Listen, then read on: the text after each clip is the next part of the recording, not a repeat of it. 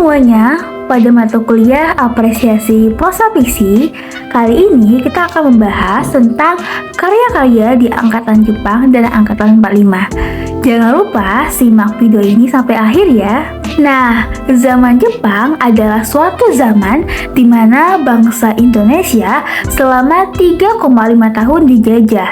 Selama dipimpin oleh pemerintah Jepang, warga Indonesia diberikan janji-janji muluk yang menyenangkan.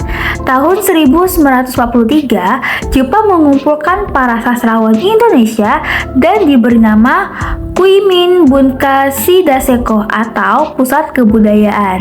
Dan karya sastra pada zaman Jepang diwarisi angkatan penjaga baru yang romantis dan idealis. Tetapi karya tersebut bersifat realitas dan kritis. Perkembangan sastra pada zaman itu dapat disebut sebagai sastra peralihan dari alam romantis dan alam idealis menjadi alam realitas dan kritis. Pada masa penjajahan Jepang, banyak jumlah orang yang menulis sajak dan cerpen. Demikian juga sandiwara. Sedangkan roman kurang ditulis. Mungkin karena keadaan sosial dan keadaan perang menuntut supaya orang bekerja serba cepat dan singkat. Nah, pada Angkatan 45 disebut juga sebagai Angkatan Chairil Anwar. Karena Chairil Anwar yang dianggap pelopor terbentuknya angkatan ini. Angkatan 45 disebut juga Angkatan Kemerdekaan karena lahir pada masa perjuangan kemerdekaan Indonesia. Pemberi nama Angkatan 45 adalah Rosihan Anwar. Karya yang lahir dari angkatan ini sangat berbeda dengan angkatan sebelumnya. Hal ini dikarenakan Angkatan 45 dilatari dengan penjajahan bangsa Jepang yang terkenal sangat keji. Nah, lalu apa saja nih karakteristik pada karya zaman Jepang?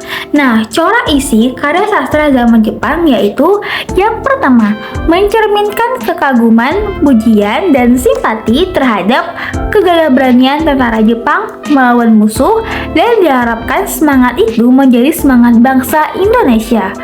Kedua, keraguan-raguan dan kebingungan menghadapi keadaan tak menentu karena kesewenangan Jepang. Ketiga, rasa benci, dendam, dan berontak terhadap keadaan yang mencekam oleh tindakan pendudukan Jepang. Yang keempat, sikap tawakal kepada Tuhan karena terpaksa menahan penderitaan.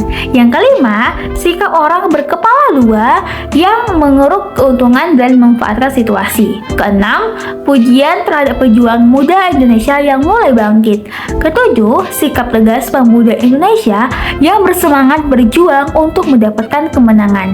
Dan yang kedelapan, rasa kebangsaan yang kuat dan bersama-sama berjuang. Nah, lalu karakteristik pada karya zaman 45, yang pertama bentuknya bebas, tidak terikat kaidah kebahasaan. Yang kedua, temanya diangkat dari realitas sehingga terkesan natural. Yang ketiga, lebih ekspresif. Yang keempat, menjelaskan perjuangan memperebutkan kemerdekaan. Yang kelima, mendapatkan banyak pengaruh dari sastra asing.